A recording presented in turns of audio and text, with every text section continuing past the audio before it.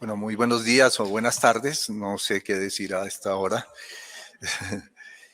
Muchas gracias, doctora Margarita Cabello, Procuradora General de la Nación, por la invitación, pero sobre todo por darle relevancia durante su gestión a la salud mental, la relevancia que se merece. A la doctora Ojeda por la organización, a todos quienes estamos de una u otra manera participando aquí, a mis distinguidas compañeras de panel que además representan las organizaciones gremiales de las aseguradoras, tanto del subsidiado como del contributivo, porque yo creo que ellas son parte de la solución, pero también son parte del problema, las EPS. Si yo quisiera resumir el mensaje que quiero dejar, diría que debemos construir sobre lo construido, pero que se necesitan, urgen cambios de fondo.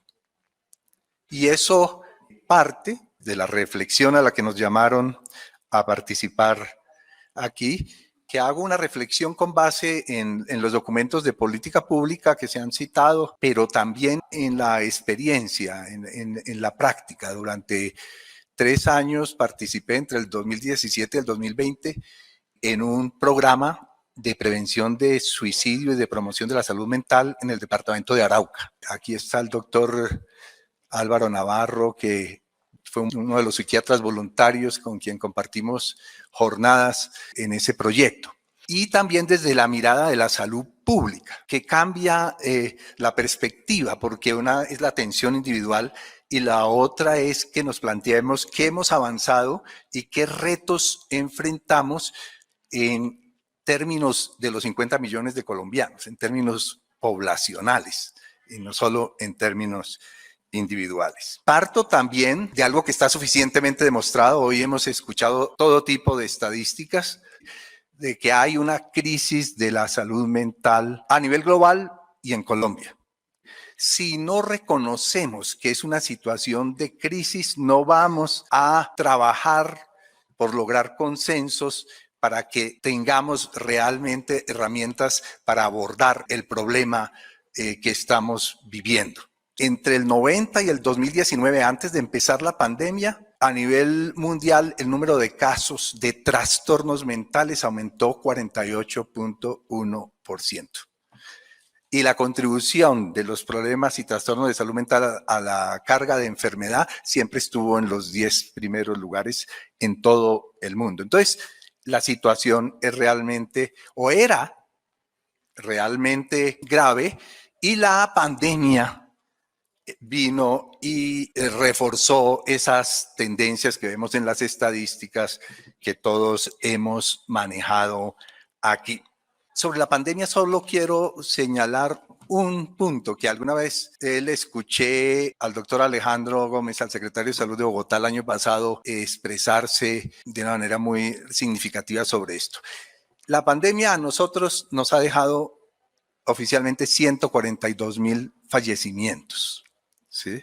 Nosotros podemos calcular los años potencialmente perdidos de vida por esos 142.000 fallecimientos, pero no podemos cuantificar el sufrimiento emocional.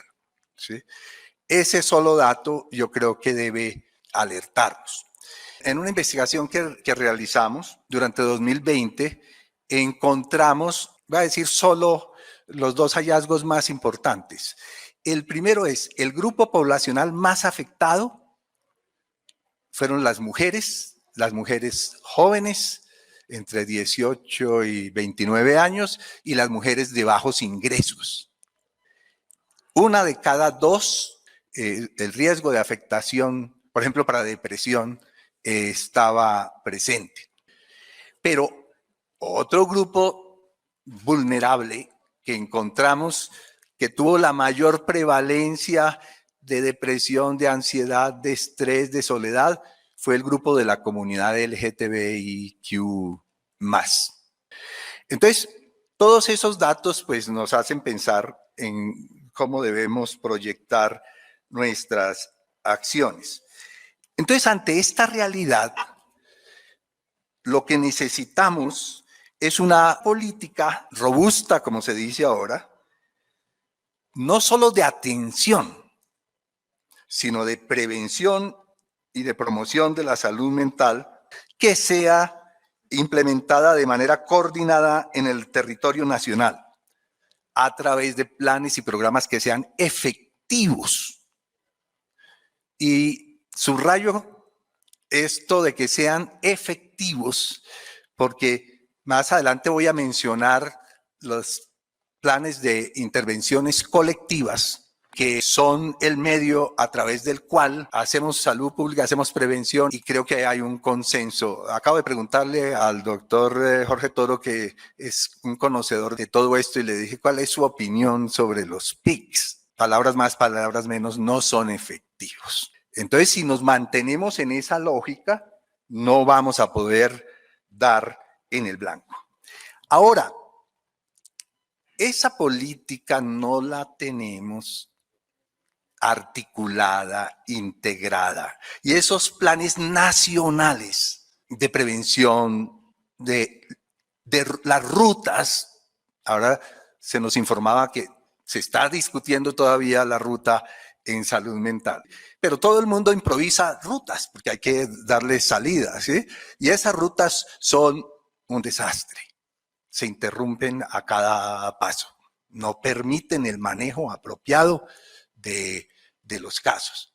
Entonces, no tenemos esa política articulada a nivel nacional, ni tenemos a nivel nacional esos planes funcionando, etcétera, que es hasta donde creo yo que debemos movernos. Y eso a pesar de que tenemos la ley 1616 de salud mental, tenemos la ley 1438, tenemos la política nacional de salud mental, tenemos el plan de atención integral en salud, tenemos el MAITE y hasta el COMPENS, que es un documento que, si se logra materializar el avance que se ha logrado al identificar los entornos, todo este tipo de cosas que nos explicaba ahora, pues facilitaría mucho nuestro avance. Pero por ahora tenemos todo eso que no ha sido efectivo y por eso estamos en crisis. Alguien podrá decir, no, pero se está haciendo muy radical en esa afirmación.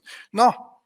Por ejemplo, un estudio del 2018 de las psiquiatras Luis Ángela Rojas y Diana Patricia Restrepo y de Guillermo Alonso Castaño, investigadores reconocidos, no les cabe un título de posgrado más, concluía lo siguiente: la normatividad en salud mental no ha logrado cumplir sus objetivos, lo cual hace que la atención en salud mental en Colombia aún sea muy deficiente. Entonces, incluso los profesionales que están inmersos en esta realidad, que trabajan todos los días, pues tienen una percepción similar, ¿sí? Y hay que partir de allí. Entonces, ¿cuáles son los retos? Yo voy a dar 3 o 4 retos que considero fundamentales y enunciar 2 o 3 simplemente para dejarlos así. El primer reto importante es el de la financiación en salud mental, el problema de los presupuestos. Desde el inicio de la pandemia, Antonio Guterres, que ustedes saben es el secretario general de las Naciones Unidas, ha venido insistiendo: los servicios de salud mental son una parte esencial de las respuestas de los gobiernos al COVID-19. Estos servicios de salud mental deben expandirse y ser completamente financiados. Y la Organización Mundial de la Salud, en este reporte que ya hoy nos explicaba aquí la doctora Ojeda, nos hace el mismo llamado. Como dijo la señora procuradora en su intervención inicial, no sabemos, esto lo digo yo, no sabemos exactamente el monto del presupuesto con destinación específica a salud mental dentro de los 44.8 billones que se le asignó en el presupuesto nacional a la salud. Pero sí sabemos, como dijo la doctora Cabello, que esto ronda por el 2%. En toda América Latina las cifras son muy consistentes en los últimos años. Es decir, ese presupuesto es absolutamente insuficiente, no corresponde a la magnitud del problema y de las tareas que se deben desarrollar. El segundo reto en el que quiero hacer énfasis es que necesitamos una rectoría, una gobernanza, una estructura administrativa que pueda liderar y dirigir la implementación de esas políticas y de esos planes. Y en eso hay una enorme debilidad. Este es un llamado que incluso uno lo encuentra en el Plan de Acción Integral sobre Salud Mental 2013-2030 de la Organización Mundial de la Salud. O sea, no es que yo sea muy creativo, no, es que nos están diciendo, la experiencia dice que hay que tener esa organización, ¿sí? Y lo primero con lo que nos encontramos es que no existe una dirección de salud mental en el ministerio. Y no es un problema de la competencia de las personas. La doctora Nubia Bautista, quienes la conocemos de hace tiempo, es una persona que responde a todo lo que el ministerio. Pero ella es la directora de enfermedades no transmisibles. La salud mental está sumergida por allá en un grupo de trabajo. Entonces, desde ese grupo de trabajo, ¿cómo se va a liderar y a coordinar?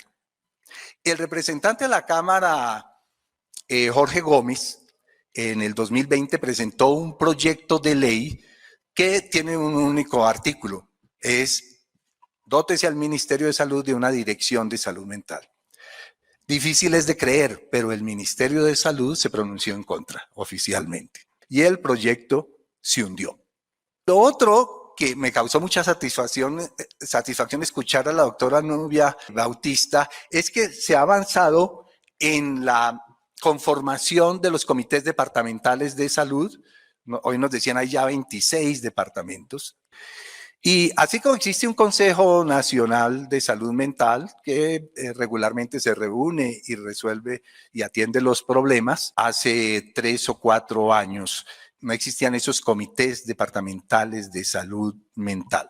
Bueno, se ha ido avanzando, pero ha sido un proceso muy lento. La ley es de 2013. Llevamos 10 años y no se han puesto a marchar y todavía hay que, como decía la doctora Ojeda, un disciplinario, ¿cierto? Para ver si así. ¿Y por qué son importantes esos comités departamentales de salud? Porque allí es donde los planes y los programas se pueden articular con los planes territoriales de salud, pero igualmente importante, porque allí es donde se puede articular las entidades territoriales de salud, que son quienes coordinan, con la multitud de organizaciones privadas, de ONGs, de cooperación internacional que trabajan en salud mental, pero que cada quien anda haciendo su trabajo de una forma aislada. Un tercer reto que tenemos, y lo mencionó la doctora Costa al final de su presentación, y lo decía la doctora Ojeda también, hay que cambiar el modelo, lo dice las Naciones Unidas, ¿sí?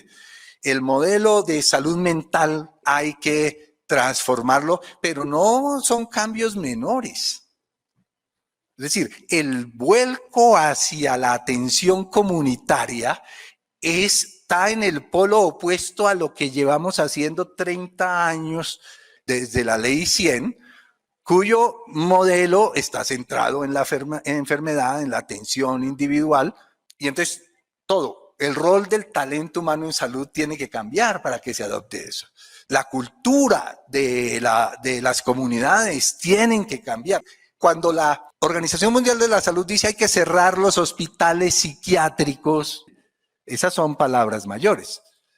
Ahora, cuando uno lee en detalle ese documento, ese reporte de junio de este año, pues entonces allí ya explican con más calma, ¿no? En primer lugar, hay que cerrar los hospitales psiquiátricos de larga estancia, o sea, donde llevan uno y entierra es la versión moderna de las cadenas para los pacientes mentales. Entonces, eso no va con los derechos humanos, eso no va con la dignidad, con nada, ni es efectivo en el trato, en el manejo, ni en la rehabilitación, ni en la recuperación, así sean pacientes crónicos, porque lo que se hace es institucionalizarlos más. Se necesitan medicamentos y los medicamentos más efectivos, pero también ahí habría que cuestionar el manejo medicamentoso de esos pacientes que se internan allí. Alguna vez tuve un familiar que lo llevaron y me demoré 3 días y cuando salió ya como un zombie, ¿cierto? Casi no lo volvemos a poner en contacto con la realidad familiar y con la comunidad. Entonces, el cambio, ese es un cambio mayor. Y eso implica, como se mencionó aquí también, que hay que replantear los roles e incluso el entrenamiento de los profesionales de la salud y especialmente de psiquiatras y de psicólogos. Y aquí quiero señalar esto. Yo soy psicólogo, esa es mi profesión de pregrado. Hay 1,238, si no recuerdo mal, es el último dato de psiquiatras en Colombia. Hay 150,000 psicólogos con tarjeta profesional en Colombia. Esa realidad puede jugar a favor de los planes. Por supuesto, habrá que formar más psiquiatras, se necesitan más psiquiatras comunitarios dentro de este nuevo enfoque, ¿sí? Pero psicólogos hay psicólogos. Y si bien yo soy consciente que en grado de competencia hay un espectro muy grande, pero nosotros tenemos científicos y clínicos importantísimos. Es decir, de 150,000, ¿cierto? Que el 50% sean buenos, eso es yo le apuesto a que todos son buenos, ¿cierto? Entonces se puede pensar en una redistribución. Ahí sí tengo que decir algo en representación de mis colegas psicólogos. Hay que cambiar el sistema tarifario con el que se le paga el sistema de salud a los psicólogos. ¿Sí?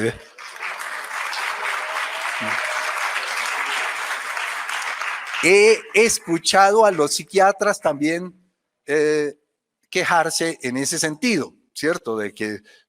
Pero lo de los psicólogos no digo cuánto, ¿cierto? Porque realmente da pena, ¿cierto?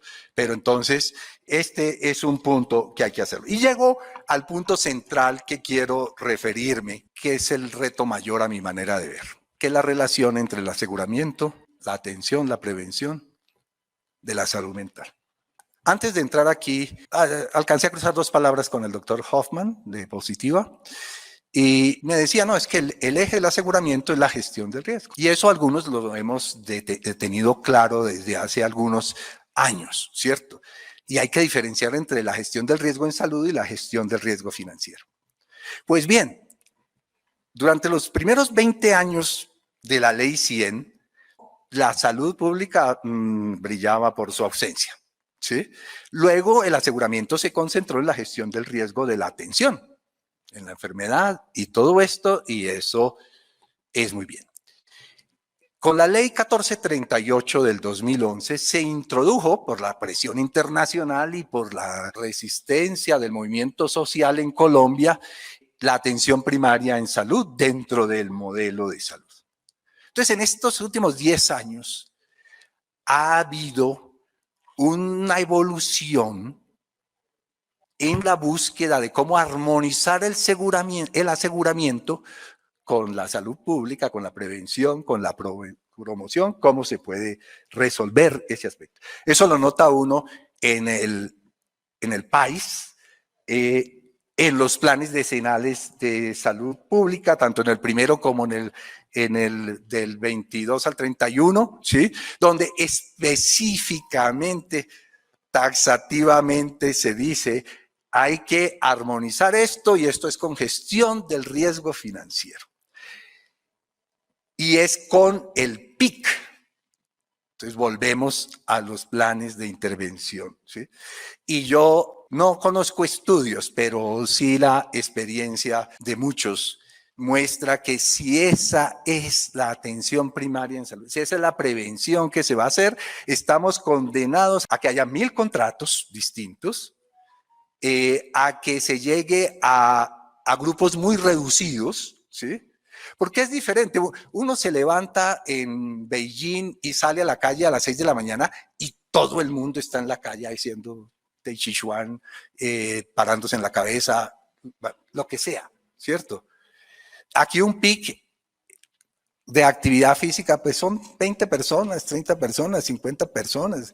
Pero lo que quiero decir es, hay una enorme limitación en los resultados que se puedan obtener y mucho más en el impacto que se pueda tener en beneficio de la salud mental.